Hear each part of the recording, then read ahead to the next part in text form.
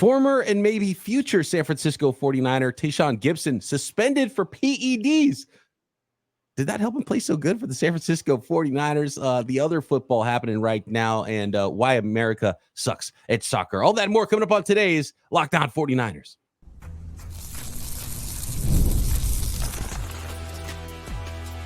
You are Locked On 49ers, your daily San Francisco 49ers podcast, part of the Locked On Podcast Network, your team every day.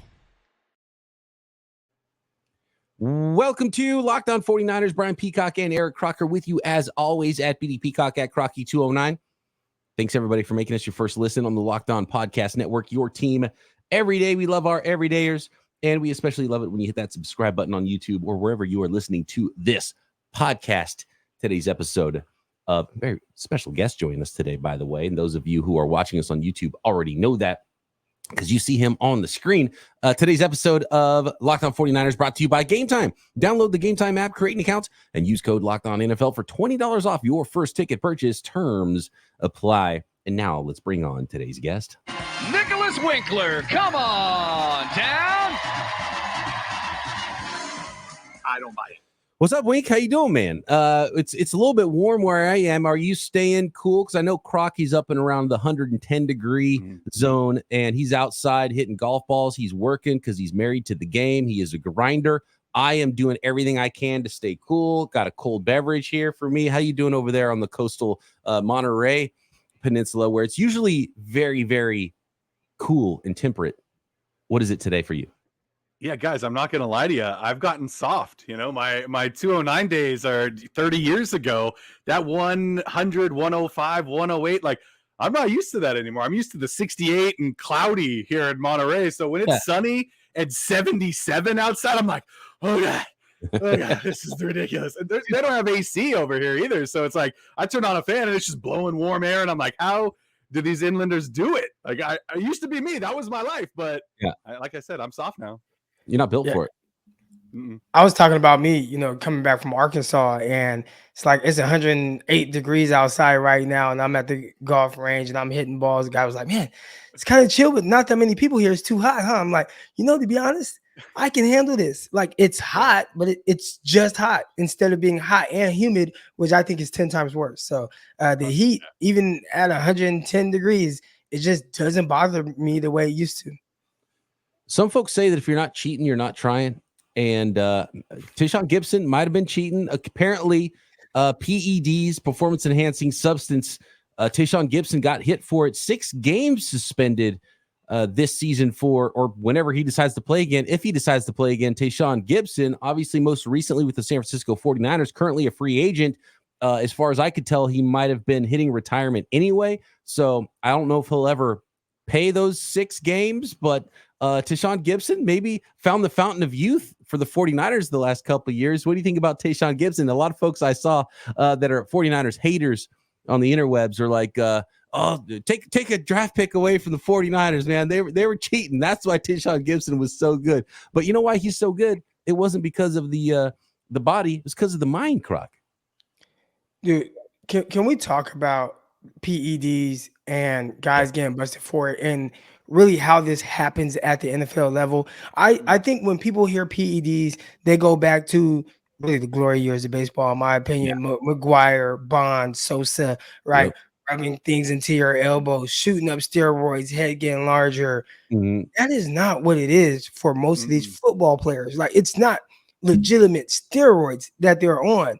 All it means is they're taking some kind of supplement, which could be something that they've been taking, something very harmless, but they changed the ban list. Like, every year they're adding different things to it. So something that, 2, 3, 4, 5 years ago seemed super harmless, just a normal over-the-counter GNC, supplement that you've been taking, a little protein powder, all of a sudden the NFL outlawed it. And if you don't look at the updated list, it could be something now that is updated and you're not even aware of it. So I think it was Tommy Davis, the linebacker from the Carolina Panthers. He got busted years ago and he was crying, right? Like, he was so upset and saying, hey, he put out a whole thing where he's talking. He's like, I would never cheat the game of football. Like, I did not cheat you guys.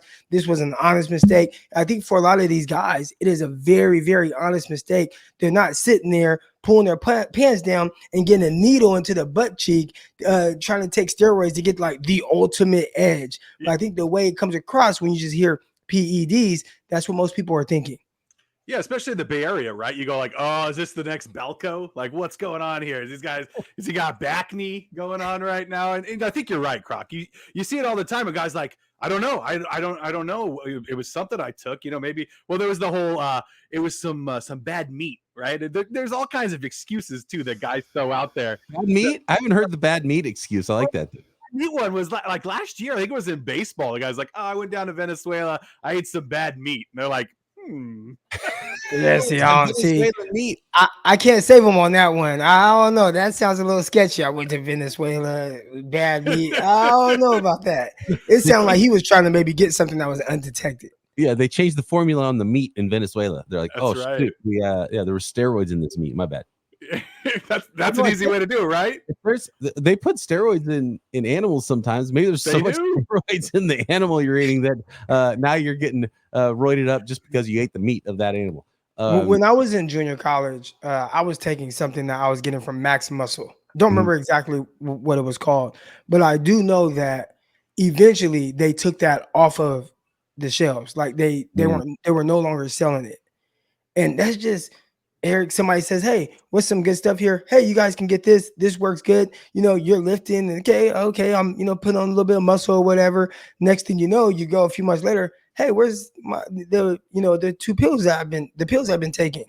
Oh, you can't take that, or it's not something that we can sell here over the counter anymore. Like, wait, what? It's supposed to be something harmless. So, I guess the ultimate lesson here for Gipson and a lot of other guys, really do your research. And even if it's something that was normal for most of your career, each year you have to make sure that you are reading the updated list, because at any point something that seems harmless and you've been taking, it can be deemed ineligible. Yeah, when you're a professional athlete, your body is your job, right? I mean, that's what it's all about. So you need to take good care of it. And like you said, I'm sure they get a list. They're like, hey, guys, here's a link to the new banned substances. Take a look. Make sure you're not using anything on it. I'm sure they give them a little bit of time, too, to get off of it if it is something that was okay last year and isn't this year. Go back to the McGuire thing. I don't remember what he was using, but I remember during the home run chase, they like spotted it in the back of his locker.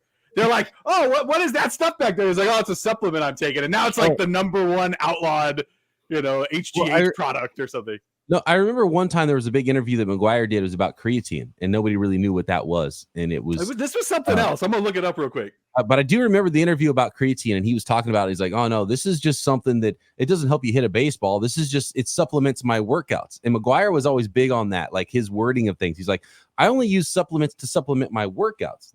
None of these drugs help me hit a baseball. It only helps my workouts, and then I get stronger. So when I hit the baseball, it goes farther. And then later on, we started to realize, well, that's a pretty big deal, because you can already hit the baseball, and now it's going 500 feet. Those guys, first of all, I call it the glory days of baseball for me. And I think for a lot of people, I mean, who was not tuned into your TV during a lot of those home run races? But those guys were absolutely crushing the ball. And when Gonzalez started crushing the ball and hitting a ton of home runs, the little skinny guy from Arizona Diamondbacks, Luis Gonzalez. There might be something going on here. Brady Anderson shows up, leadoff hitter. It's like, I'm going to hit 50 this year. Yeah, and he did. It was Androstene Dion. Androstene Dion. I remember that. Yeah. Yeah. That was the stuff behind him. That's banned. That's for sure banned. Yeah. Yeah. See, that doesn't sound like normal creatine. It wasn't at the time. He was using it. Hit 70 home runs. The way the balls were jumping off their bat. And then remember, Sammy Sosa got hit for the juiced bat, because remember he was using his home run derby doctored bat in baseball games too. So he's roided up, he's juiced up to the maximum, and then he's using a home run derby corked bat on top of it in games. Like that's and it saved baseball. In some ways, they made it so popular. It was fun to watch. Bud Selig sitting there in the Hall of Fame, got his feet kicked up, And meanwhile, McGuire, Bonds, those guys can't sniff the Hall of Fame because they did the thing that helped this guy get in the Hall of Fame. I got big problems with that. Back to the Sammy Sosa thing real quick in the bat. My favorite story is Dusty Baker was the manager back then. And after the game, he's like, well, we're just going to wait until all the information comes in before we judge. It's like, dude, we have the corked bat right here. Like, what other information you need? Information. Oh, the best story was, I don't remember which team and player it was now. Do you remember the story about the guy who climbed in through the vents to get somebody like Albert Bell or something like that? To get the cork bat. Yeah, it was Albert Bell. It wasn't Albert Bell who did it. He like paid a bat boy to do it or something. Bat, and he paid somebody else, like a bullpen guy or bat boy. Somebody climbed through the rafters and the air conditioning vents to climb into the office where the umpires were to go retrieve the bat and get it out of there. I mean, that is so awesome. Good. I want a 30 for 30 on that. That's phenomenal stuff. Do we have a 30 for 30 just on the steroid era in general? I think it's called the 70 or like the race. So it's about McGuire and Sosa. It's phenomenal. I think it's like a 2-parter or something. All those are available right now, I think, on Hulu or one of those streaming sites, all the 30 for 30s.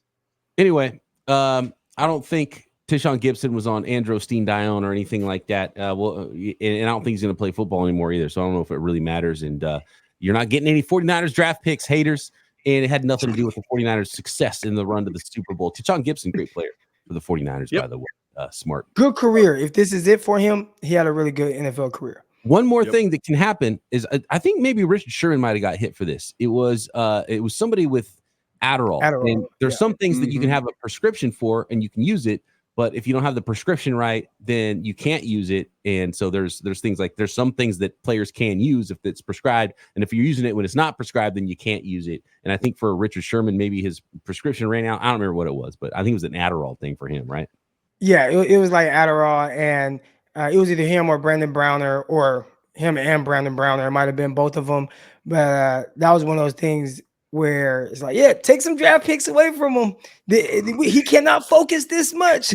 He can't take this to make him focus more. Next, let's talk soccer. No, not too much about soccer, but why football is impacting soccer for Team USA. And Wink's response to Croc and my all-time 49ers list, where Brock Purdy should be on that list, if he should be on the list after one full season as a starter. Next. This episode of Locked On 49ers brought to you by Gametime. Gametime is an authorized ticket marketplace of Major League Baseball, which makes getting tickets faster and easier. Prices on the Gametime app actually go down the closer it gets to first pitch. We're talking killer last-minute deals, all-in prices, views from your seat, and their lowest price guarantee. Gametime takes all the guesswork out of buying Major League Baseball tickets or NFL tickets if you circled some games there. Since we know the schedule now for the 2024 NFL season, there's probably a lot of games you want to get to. We're talking sports, concerts, comedy shows, theater events, whatever it is near you. You can save up to 60% on last-minute deals. You can see the view from your seat, panoramic view, so you know exactly what you're getting before you buy, and no surprise fees at checkout with the all-in pricing. So take the guesswork out of buying tickets with Gametime. Download the Gametime app, create an account, and use code LOCKEDONNFL for $20 off your first purchase. Terms apply. Again, create an account and redeem code LOCKEDONNFL for $20 off. Download Gametime today. Last-minute tickets, lowest price, guaranteed.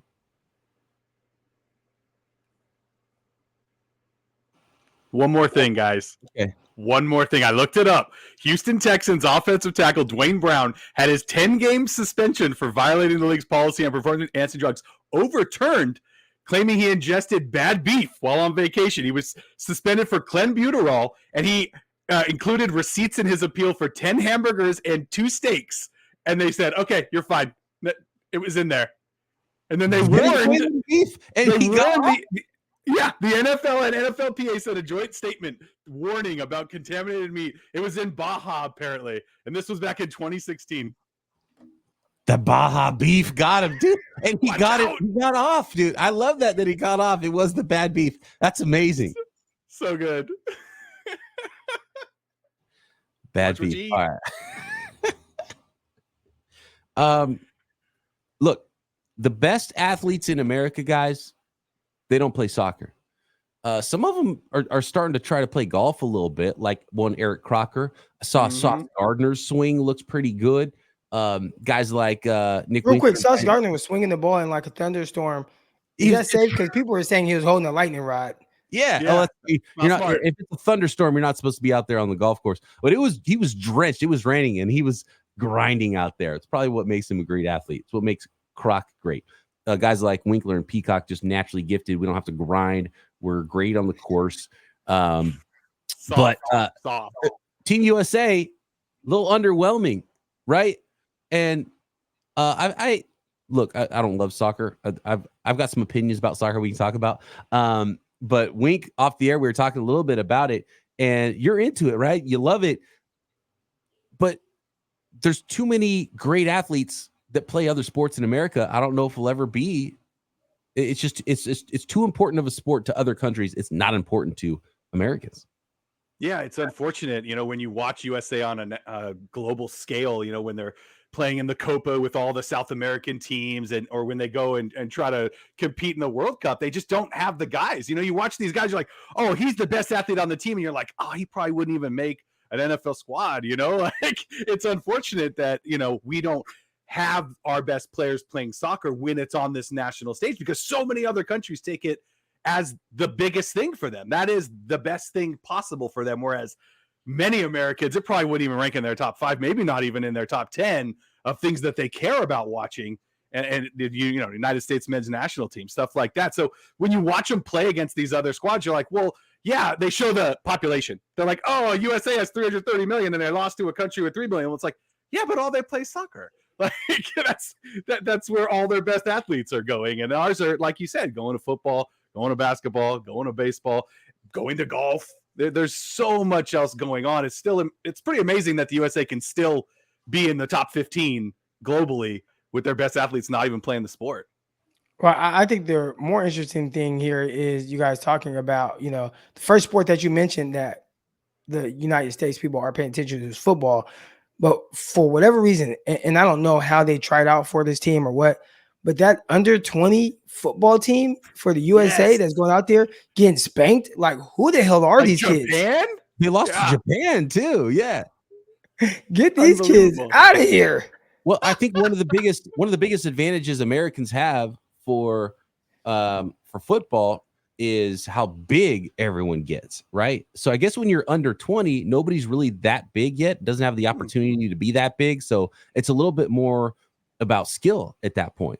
And I bet Team Japan, once everyone's fully grown and had all their Baja beef or whatever it is that everyone does to get ready and be as big as possible, like Americans walk out there with just massive dudes. And to be honest with you, all the big dudes in Japan, they're doing sumo, right? Because that's the glory sport over there in Japan, and it's not being an offensive lineman playing football. I think all of our under 20s. Well, that's what I'm saying. All of our under 20s are in the best colleges, right? Those colleges aren't going to allow these kids to go play in some random under 20 league, right? They want them ready for spring football. And they want them ready for when the college season starts. So, yeah, these guys that couldn't even make it on a D1 or D2 or junior college, these are just guys that are like, I want to go play some football. I'll sign up for this. Hopefully what happens is whatever happened with like the dream team, right? Like it's like USA keep getting their ass kicked and they're like, you know what? It is time to send our best basketball players to the Olympics. And USA has to figure out a way to send some better under 20 or 20 and under football players, because losing to Japan, then they turned around and lost to somebody else they shouldn't lose to. That's just embarrassing, especially for a sport that the United States takes so seriously. And, I don't know where they got these kids from, but they have to figure out a different solution to where the United States can dominate the way that they should, because that's embarrassing. If we lose in soccer, okay, it's understandable. You can lose in, tennis or something, or, okay, I get it.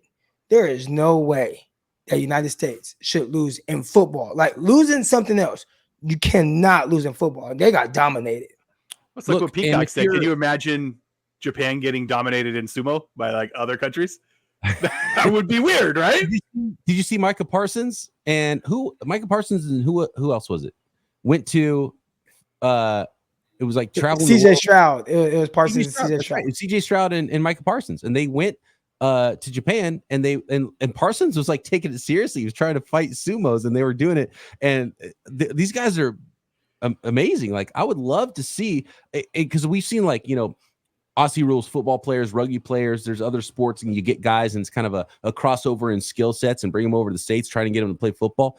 That'd be awesome to see, like, some young up and coming, like, sumo guys that are maybe athletic but aren't quite built right for sumo. Bring them over, teach them to be offensive tackles early, get them into college playing offensive tackle. That'd be super fun, because there's some great athletes out there, and they like, obviously, like, there's certain countries that don't care about football, just like Americans at large don't care about soccer. And the other thing, for maybe not even Team USA, but like, if you're like a recruiter for a D1 soccer program, go find that 5'8" corner that's not going to make it to the league, and be like, dude, you could be a pro soccer player, man. You're playing the wrong sport, because there's no size advantage. There's no height advantage when you're playing soccer, like there is in basketball and football. So go find those high-end athletes and convert them to soccer.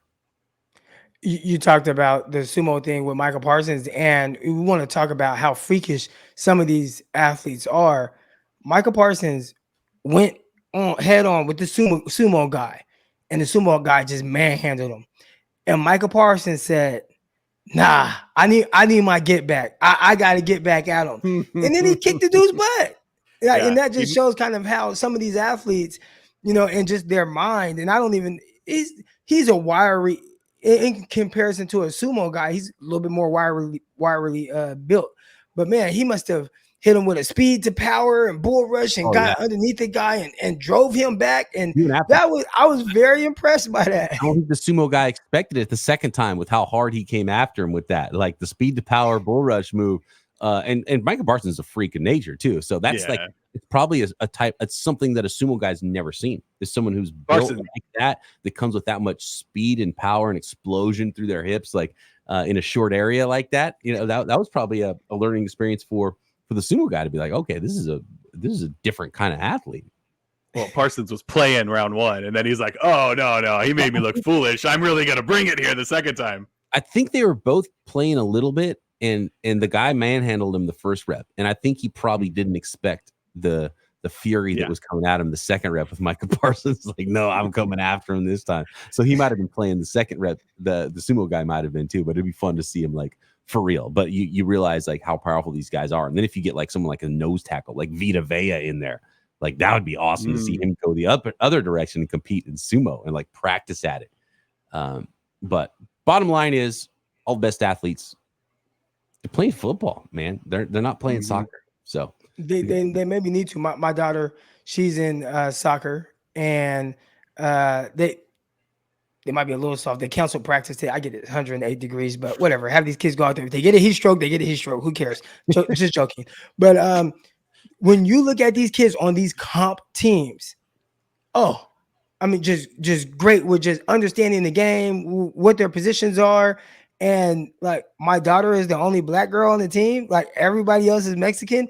The people from these different places, they take soccer very serious. And when I'm out there and I get a chance to watch, it kind of reminds me of, my daughter, Pickle, she also runs track as well. So she's out there at these track meets. The black folks, they take it very serious, track at a very early age, very serious. I'd say these Hispanics take soccer just as serious at these early ages, and somehow we got to figure out a way to kind of match the intensity in some of these different sports. Yeah, it's like me with my son. I couldn't wait. Like, I was so excited to get him into like t-ball and start playing baseball. Yep. That's what I loved doing growing up, and that's kind of the path I put him on. I didn't put him in soccer, but I wasn't like excited about it. I wasn't like trying to coach him up on it. It was like, I don't know, go kick the ball around. It just didn't matter as much. And so that's so important, where you're pushing your young athletes. And it's a huge reason why Team USA is a little bit behind. But I think they could do a better job of finding those athletes in other sports, convincing them, hey, you go pro in this other sport. Get them to appreciate the game. Like Croc now is married to the game when it comes to the golf, out there in 100 degrees, swinging, just like. And Peacock, I think you're onto something with the sumo scouting. You need to talk to the 49ers and be like, hey, I'll go over to Japan. I'll scout some of these. I coach at Edison High School in Stockton, and we're short on our offensive line. Don't have the biggest of guys. We might need to go to Japan, get those guys over here, and start a little pipeline. There you go. I love it. I think we got some things figured out here on Locked On 49ers. Next, Wink's reaction to Brock Purdy, where he belongs on the does he belong on the all-time 49ers quarterbacks list? Next.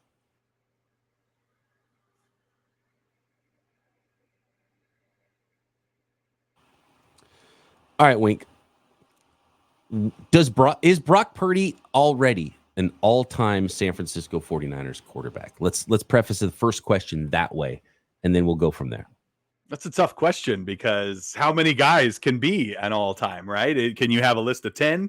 Is it the top 3? San Francisco 49ers, it's a big list. You got big list. Hall of Famers, you got MVP guys. It's a great team to play quarterback for. And yeah, we just had a guy who was in the MVP mix and was playing in the Super Bowl. So it's a pretty big time thing that Brock Purdy did in his 1 year. He set the franchise record for passing yards, for God's sake, right? And look, 4,200 yards or whatever it was isn't as high as some other teams' all-time leaders that were throwing for 5,000 yards. The 49ers have had more efficient quarterbacks than high-volume quarterbacks throughout their history. But Brock Purdy, what he did is pretty phenomenal. And I'm pretty comfortable saying he's one of the better quarterbacks if you had to. And this is kind of the question I asked Croc, who's like, okay, all the 49ers quarterbacks in 49ers history, they're all 24 years old. You have to draft them for the rest of their careers. Wow. That's the tough question right there, because for me, all time means, is this somebody you're going to remember as like, wow, remember, you're telling your grandkids about it. You're telling your kids when they get older, like, I saw Brock Purdy, Mr. Irrelevant, drafted, not expected to play, came on, led the 49ers, got hurt in the NFC Championship game, came back the next year, broke the franchise record for passing, led him to the Super Bowl. Like, that's an all-time story, right? It is. If you put it that way, Brock Purdy's number one. He's the most likely guy to have a movie about his life. Yeah, you're right. Well, I take that back. Kaepernick has a pretty good Kaepernick's already had stuff written in about his life, right? And so, but that doesn't mean they're the best quarterbacks of all time for the franchise. But they're both those quarterbacks made the list, and part of their stories is kind of part of it. But what they did on the field is the main part of it for both those guys. But Joe Montana has got all the rings. He was number one. I don't think you would fight us on that. And Young was number two. Then we went old school, bygone eras, guys we didn't see, but you have to tip your cap to John Brody's 3, Y.E. Tittle's 4. So those are guys I just learned about. Right. Yeah. And we were kind of learning about them together. And like I've looked at their stats many times. And I remember I drafted John Brody as my quarterback when we did our 3-way all-time team. We might have to revisit that too. Do you remember who my last pick was? It was 2-3 years ago when we did this. Do you remember who my last? Was it Jimmy G? No. You're on the right track. Who was it? It was Trey Lance. Oh, that's right. It was rookie Trey Lance, and I was like, well, maybe he turns out to be my starter. So we'll see. 775 yards career for the 49ers is what his passing numbers ended up being. That didn't work out. 33 all time for the San Francisco 49ers. Brock Purdy would be on our team, though, I think. I feel like he would be. And so where do you put Brock Purdy as far as all-time 49ers? Does he have to play that much more to where you could even consider him? I remember other names, real quick, names he did not mention: Alex Smith, Jeff Garcia, a couple other quarterbacks. Yeah, some of the obvious ones. And there's guys like Steve DeBerg and Steve Spurrier. And, there's but, it's actually, let me ask you this, because you haven't heard the podcast, right, from yesterday? No. Where we talked about this. Okay, good. I'm glad it's important that you haven't heard that yet. Everybody, by the way, go back and listen to that podcast on YouTube or wherever you get your podcasts. You can find it. Brock Purdy, guess what number he is all-time passing yards for the 49ers currently? He's played one full season as a starter plus that rookie season late year. Regular season, we're talking.